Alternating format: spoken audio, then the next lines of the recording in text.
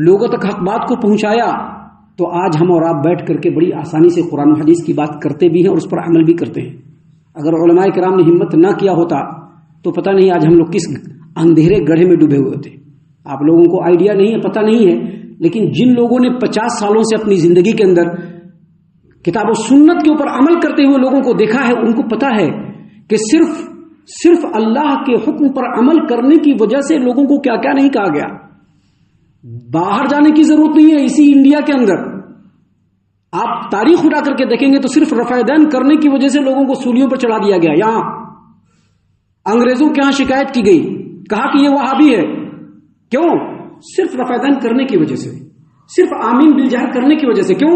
کیونکہ حدیث کے اندر ہے. اگر آپ کو پتہ نہیں تو آپ علماء کرام سے رابطہ کیجئے, وہ آپ کو بتائیں گے کہ صرف اللہ کے حکم پر عمل کرنے کی وجہ سے ان کو تانے دیے گئے, ان کو کال کوٹریوں میں ڈھکیلا گیا, ان کو کالا پانی کی سزا دی گئی, ان کو سولیوں پر چڑھایا گیا. لیکن وہ لوگ اللہ کے علاوہ کسی سے نہ ڈرے, صرف اللہ سے ڈرے. کیوں؟ کیونکہ انبیاء کرام علیہ الصلوۃ والسلام کی یہی سنت تھی. اللہ نے اسی چیز کو یہاں پر کہا. کیا کہا؟ الذین یبلغون رسالات اللہ. یہ سب ایسے تھے جو اللہ کے حکم کو پہنچایا کرتے تھے. وَيَخْشَوْنَهُ, اور صرف اللہ سے ڈرتے تھے. وَلَا يَخْشَوْنَ أَحَدًا إِلَّا اللَّهَ, اور اللہ کے علاوہ کسی سے نہیں ڈرتے تھے. وَكَفَى بِاللَّهِ حَسِيبًا, اور اللہ حساب لینے کے لیے کافی ہے. اس کا 2 مفہوم بیان کیا گیا. وَكَفَى بِاللَّهِ حَسِيبًا, اللہ حساب لینے کے لیے کافی ہے. اس کا 2 مفہوم اور 2 تفسیر بیان کی گئی ہے. پہلی تفسیر یہ ہے کہ آپ چاہے سیاہ کریے چاہے سفید کریے, دنیا میں تو کر لیجئے گا. آپ سیاہ کیجئے گا تو کر لیجئے گا دنیا میں, اور سفید کیجئے گا تو بھی کر لیجئے گا. لیکن اللہ سب کا حساب لے گا. اللہ حساب لے گا. لہذا ہمیں کیا کرنا چاہیے؟ سفید کرنا چاہیے, سیاہ نہیں کرنا چاہیے. کیونکہ آپ چاہے جو بھی عمل کیجئے, اللہ حساب لینے والا ہے. جب اللہ حساب لینے والا ہے تو ہم اللہ کے حکم کو مانیں گے, اللہ کے حکم کو لوگوں تک پہنچائیں گے. ہم دوسرے کے حکم کو کیوں پہنچائیں؟ اپنے مفاد اور مطلب کی بات کیوں کریں؟ یہ پہلا مفہوم ہے. اور دوسرا مفہوم یہ ہے کہ اللہ تبارک و تعالیٰ حساب لینے کے لیے کافی ہے. اس کا مطلب یہ ہے کہ اللہ ہر جگہ اپنے علم اور قدرت کے ساتھ موجود ہے. اللہ تبارک و تعالیٰ اپنی قدرت کے ساتھ ہر جگہ موجود ہے. اللہ تعالیٰ اپنے علم کے ساتھ ہر جگہ موجود ہے. اپنے علم اور قدرت کے لحاظ سے جو بندے اللہ کا حکم لوگوں تک پہنچانے میں کوئی ڈر اور کوئی خوف اپنے دل کے اندر نہیں رکھتے ہیں اور اللہ کے حکم کو خود بھی اس پر عمل پیرا ہوتے ہیں اور لوگوں تک پہنچاتے ہیں, اللہ اس کی مدد اور سپورٹ کے لیے ہر وقت کافی ہے, ہر وقت کافی ہے. لہذا ہمیں کیا چاہیے؟ اللہ کے حکم پر ہم خود بھی عمل کریں اور بغیر کسی لاگ لپیٹے کے اللہ کے حکم کو لوگوں تک پہنچائیں. ہم اللہ سے دعا کرتے ہیں کہ اللہ تعالی ہم تمام کو ان تمام باتوں کے اوپر خوب غور و فکر اور تدبر کرنے کے ساتھ ساتھ ان باتوں پر عمل کرنے کی بھی توفیق عنایت فرمائے, آمین. اللہ تعالی ہم تمام کو صحیح معنوں میں پکا سچا مومن مسلمان بنائے, اللہ اور اس کے رسول صلی اللہ علیہ وسلم کی اطاعت و فرما برداری کرنے والا بنائے, صحابہ کرام رضی اللہ عنہم کے طریقے پر چلنے والا بنائے, جنت الفردوس میں جگہ عطا فرمائے. اے اللہ ہم تمام کو جہنم سے پناہ دے, اے رب العالمین ہم تمام کو جہنم سے پناہ دے, اے مالک الملک ہم تمام کو جہنم سے پناہ دے, آمین یا رب العالمین. وما علینا الا البلاغ المبین. تبارك الذي نزل الفرقان على عبده ليكون للعالمين نذيرا.